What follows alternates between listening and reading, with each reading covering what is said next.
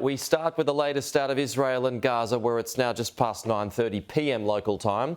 Israel's Defence Minister has told troops they will soon see Gaza from the inside, suggesting a ground offensive is getting closer. He said the command will come as tens of thousands of troops mass along the border. In fact, it's a lot more than that. It's more than 300,000 troops. The Rafah border crossing between Egypt and Gaza remains closed after US President Joe Biden reached an agreement with Egypt to allow limited aid through.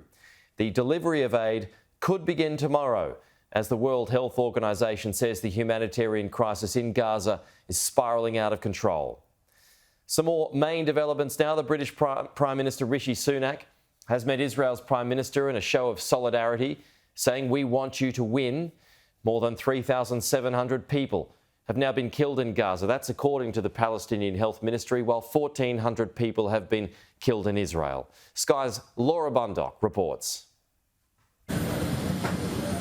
Rishi Sunak landed for a day of diplomacy. His arrival in Jerusalem, a strong signal of support for Israel.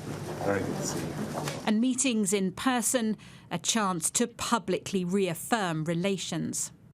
80 years ago, Prime Minister, the civilized world stood with you in your darkest hour. This is our darkest hour. It's the world's darkest hour. We need to stand together, and we want to win. And this is why I value your support, and the fact that you're here. We must win together. I want to share the deep condolences of the British people and stress that we absolutely support Israel's right to defend itself in line with international law, to go after Hamas, to take back hostages, deter further incursions, and to strengthen your security for the long term. Earlier, he'd met the Israeli president. Sorry about the circumstances. Expressing condolence, but pressing him for aid supplies into Gaza. Within the politics, the personal, the Prime Minister meeting relatives of hostages held by Hamas. Mr. Sunak has now left Israel, a short but crucial visit. We discussed the importance of this conflict not escalating regionally and the importance of getting humanitarian aid into Gaza to help people who need it. I also had the opportunity to meet families of British nationals who have been taken hostage. We're doing absolutely everything we can to get them home. Another significant stop now as he arrived in Saudi Arabia. And while the meetings took place, the airstrikes into Gaza continued, filmed from the Israeli border. Inside Gaza, the Palestinians caught up in this conflict. They'd fled the city but couldn't escape the danger. The nearby hospital is overwhelmed and running without power.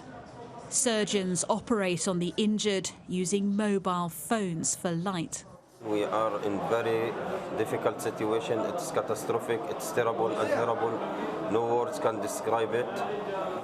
This war has caused so much grief and ongoing agony for Israeli families with children and relatives kidnapped by Hamas.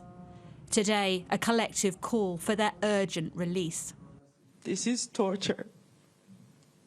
There are innocent civilians, innocent children in hard conditions. They're not a pawn in a game or a war.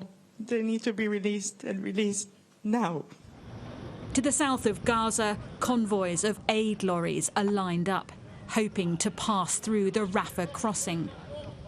To that, the Foreign Secretary visited neighbouring Egypt, urging leaders there to open the border. Egypt is nervous, but agreed passage for 20 vehicles. Meanwhile, the military build-up on the border is growing. Thousands of Israeli troops are in position and poised. The Defence Minister told them the state of Israel will wipe out Hamas, but he added this is not going to be an easy campaign. It will be a tough campaign. It will not go on for 1 day, not 2 days, not a week. It will take time, he warned. We still don't know when, but a ground invasion seemingly inevitable. Laura Bundock, Sky News.